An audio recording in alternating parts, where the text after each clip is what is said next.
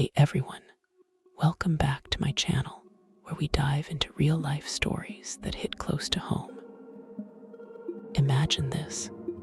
You're 64 years old, sitting alone in a quiet suburban house in the heart of Ohio, staring at the same four walls that once echoed with laughter and family chaos. But now, it's just silence, the kind that creeps in and swallows you whole. That's where Brenda found herself, broken down by depression and loneliness that had been building like a Midwest storm for years. Stick with me, because this isn't just her story. It's a reminder of how life can sneak up on all of us. And maybe, just maybe, there's a way out of the darkness.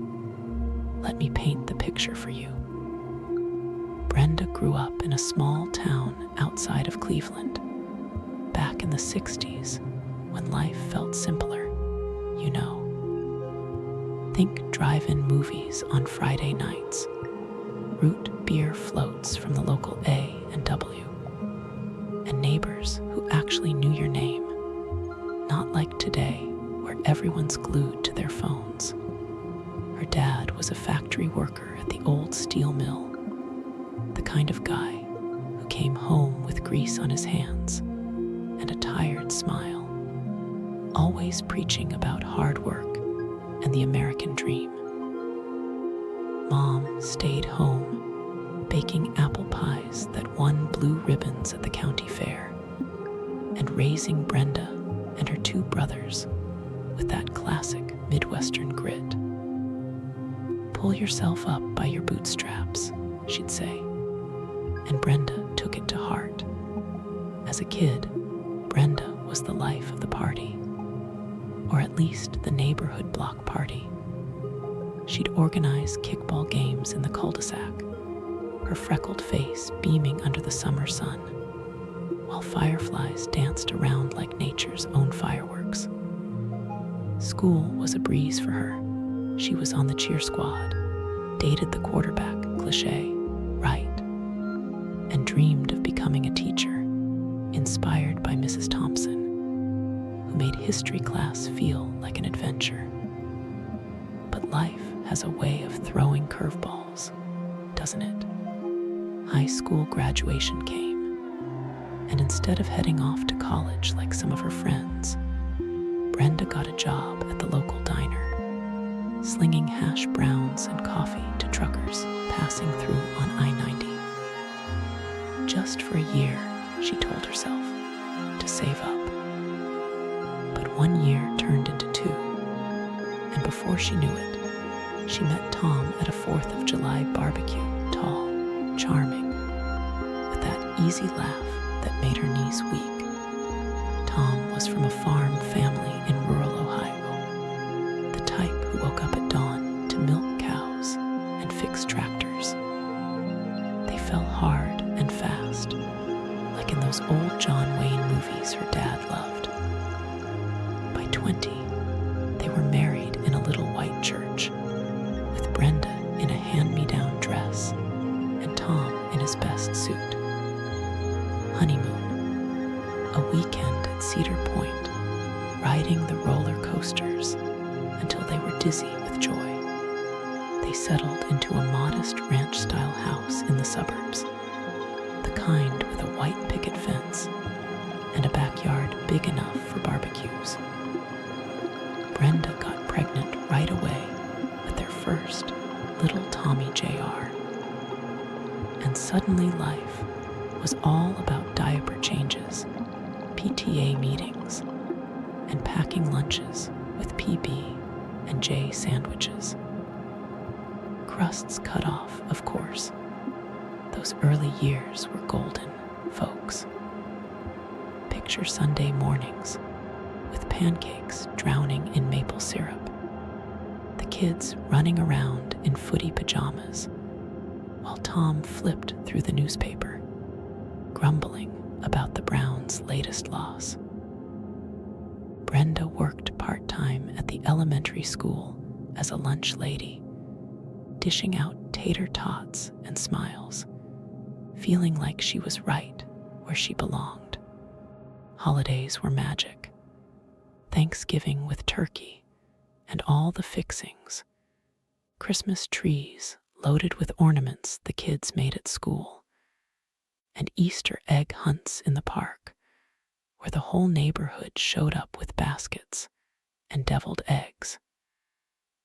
There was hope in every sunrise, that sense of building something real, a family, a home, a life that screamed, "We've made it." But cracks started showing, subtle at first, like hairline fractures in a foundation. Tom got laid off when the factory automated in the 80s, part of that Rust Belt decline that hit Ohio hard. He bounced around jobs, driving a delivery truck for UPS, then fixing cars at the local garage. But the stress wore on him.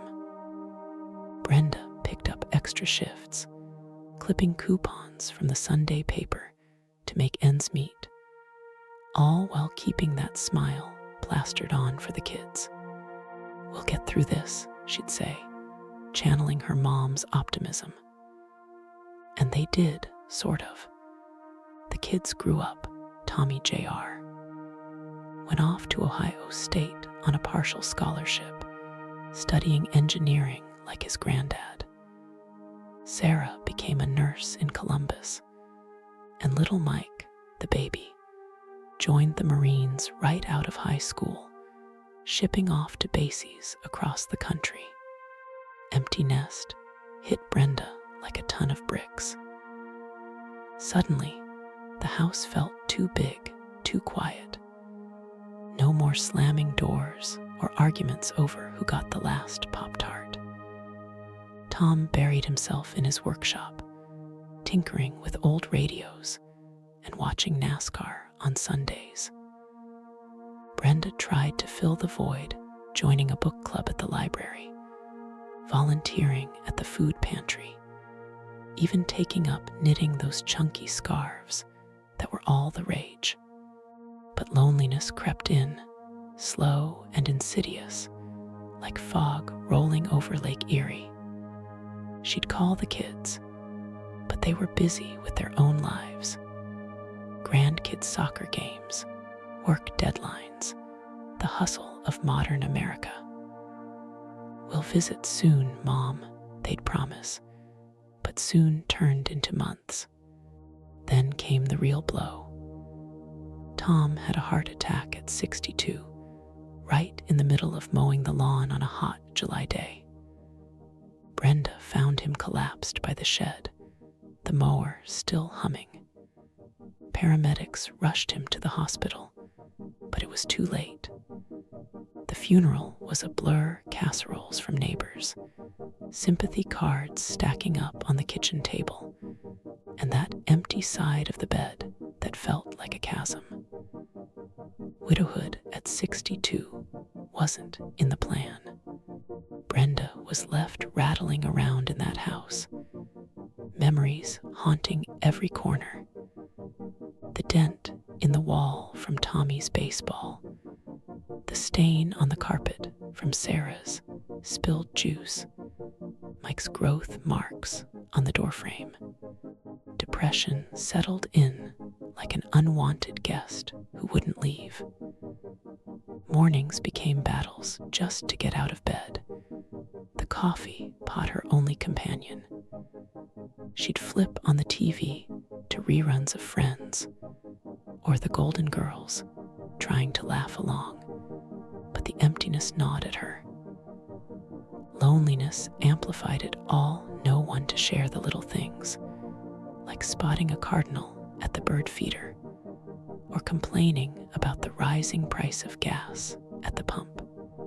She'd drive to Walmart just to be around people, wandering aisles of cereal and cleaning supplies.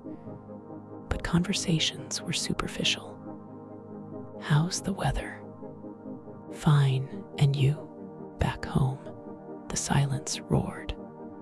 Friends tried to help at first. "Come to bingo night at the community center," they'd say, or join us for coffee at Dunkin'. But Brenda felt out of place, like a third wheel in a world of couples. Her church group offered prayers, but Faith felt distant, like God had put her on hold. She'd stare at old photo albums, tears blurring the images of family vacations to the Grand Canyon or Disney World, nostalgia hitting like a wave. Where did the time go? She'd whisper to the empty room. As the months turned to years, the breakdown deepened. Brenda stopped cooking real meals. Why bother for one? Microwave dinners and takeout from the local Chinese place became staples. Her garden, once bursting with tomatoes and zinnias, grew wild with weeds. Sleep evaded her, nights were spent tossing, mind racing with what-ifs. What if she'd pushed Tom to see the doctor sooner? What if the kids lived closer? Hope flickered dimly, like a porch light on a stormy night. But sadness dominated, a heavy blanket she couldn't shake. One particularly low day, Brenda sat on her porch swing, watching kids bike by, their laughter a painful reminder of her own youth. A neighbor waved, but she barely managed to nod. Inside, she felt broken, mentally shattered by the weight of it all. But deep down, there was a spark, a memory of her mom's words. Life's tough, but so are you. Little did she know, that spark was about to ignite a journey back to light. Word count, approximately 1250. Wait, I need to expand to 2000. Let me add more details.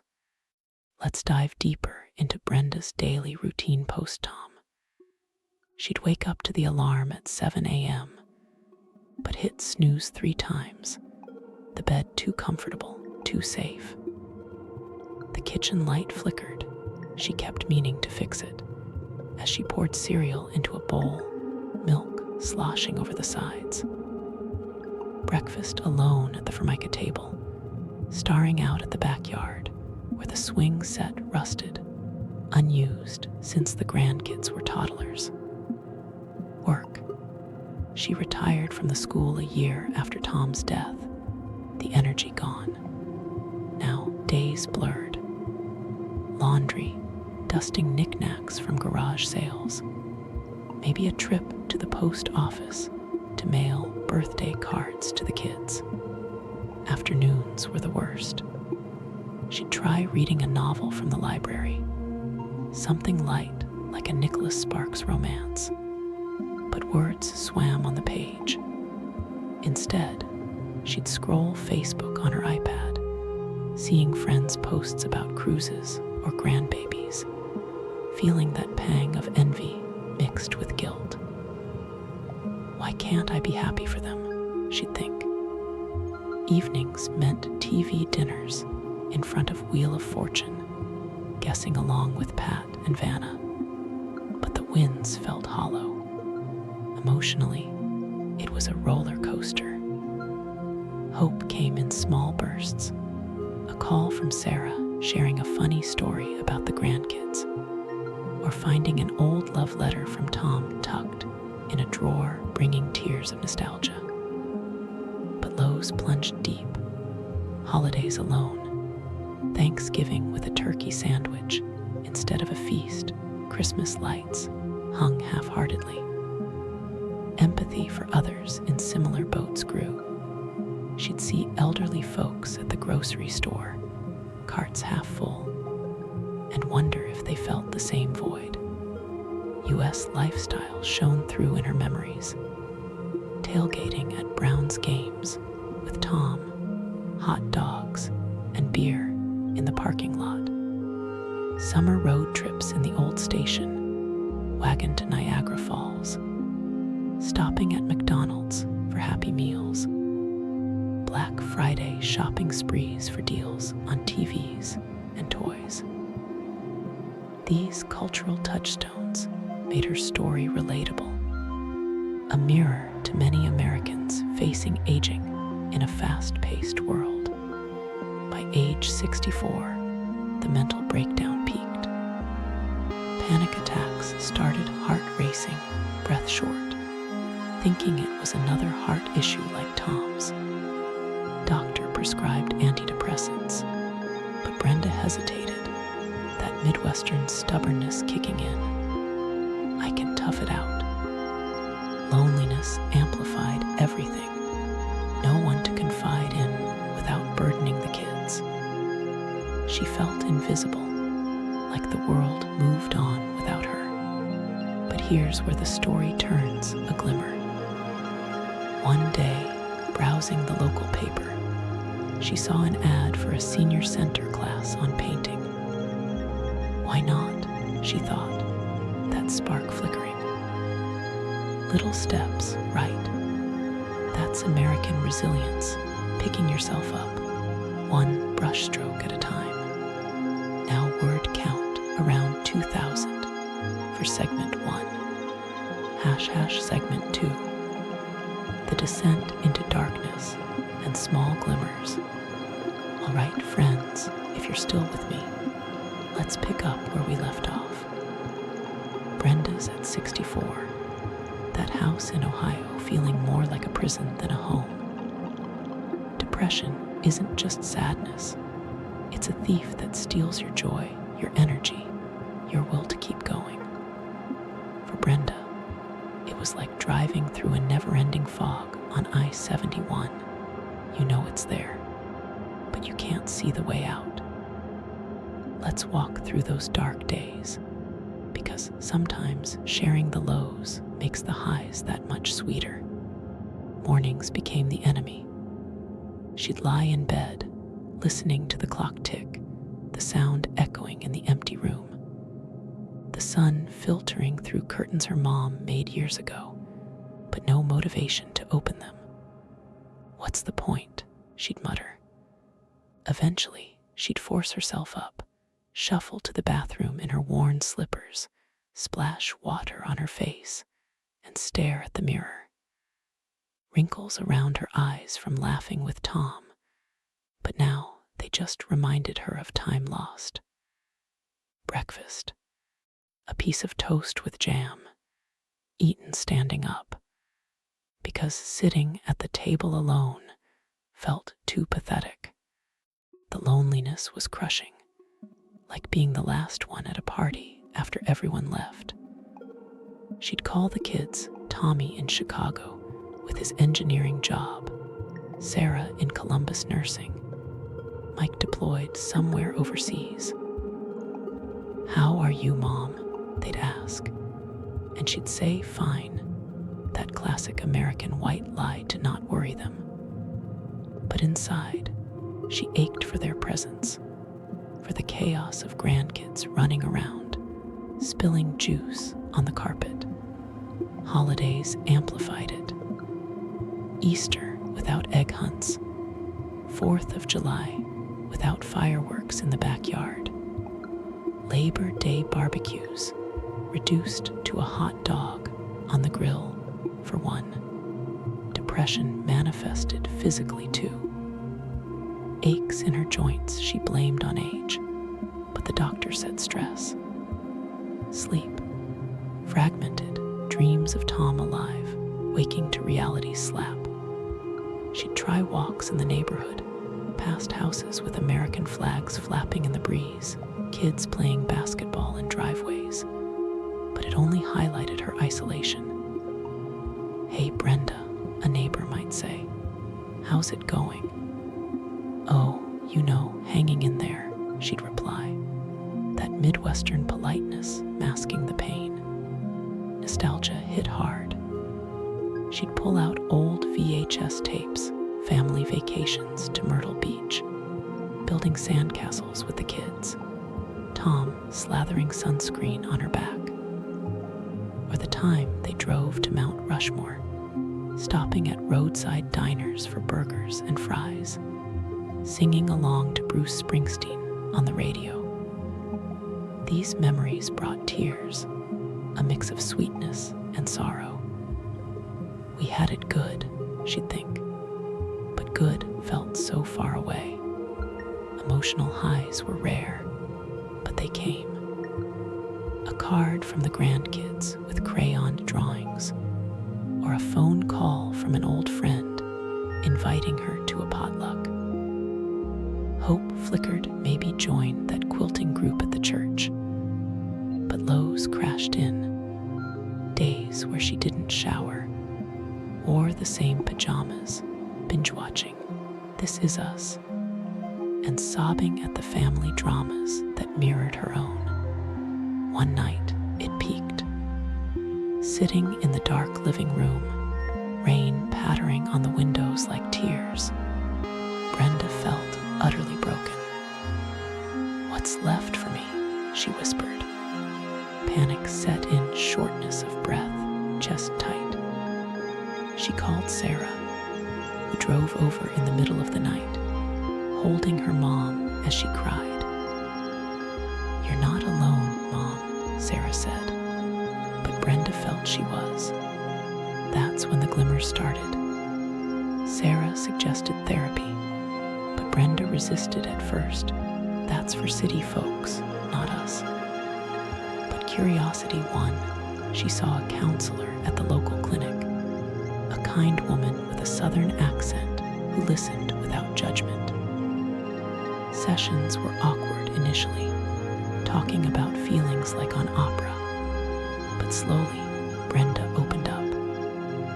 "I miss the noise," she admitted, "the life." Small steps followed. She joined a walking group at the park, senior ladies chatting about The Bachelor and grandkids' antics. Laughter returned, tentative at first. Then the painting class, watercolors of Ohio landscapes, barns and cornfields under blue skies. Her first piece was messy, but the praise from the instructor sparked pride. U.S. culture wove in. Attending a local fair, eating cotton candy and watching tractor pulls, volunteering at the Veterans Day parade for Mike's sake, even trying online dating, swiping on profiles of widowers who loved fishing and Yellowstone. Not all dates worked, but one with a retired teacher named Bill led to coffee talks about books and life. Empathy grew for others. She started a support group at the community center for widows, sharing stories over coffee and donuts. "We're in this together," she'd say, feeling connected. But setbacks came. A bad day where memories overwhelmed, curling up with Tom's old sweater, smelling faint cologne. Sadness ebbed and flowed, but tools from therapy helped. Journaling gratitude, thankful for the sunrise, for coffee, for health. By the end of this phase, Brenda saw light. Not bright, but there. The journey wasn't over, but she was moving. Expanded to 2,000 words, with more descriptive scenes, emotions, and cultural references. # segment 3. The turning point and rebuilding connections. Now let's get to the heart of it, the part where things start shifting. Brenda's story isn't just about falling, it's about rising. That American spirit of comeback we love in underdog movies like Rocky. At 64, she was mentally broken, but broken things can be mended, right? Let's explore how she found her way back, with all the ups and downs that make it real. The turning point came on a crisp fall day, leaves turning red and gold like in a Hallmark movie. Brenda was at the senior center, painting a still life of apples symbolic, The instructor, a bubbly retiree named Linda, noticed her distant stare. "Penny for your thoughts," Linda asked. Brenda hesitated, then poured out her heart, the loneliness, the depression, the feeling of being left behind. Linda hugged her, saying, "Honey, we've all been there. Let's get you involved more." That led to more classes.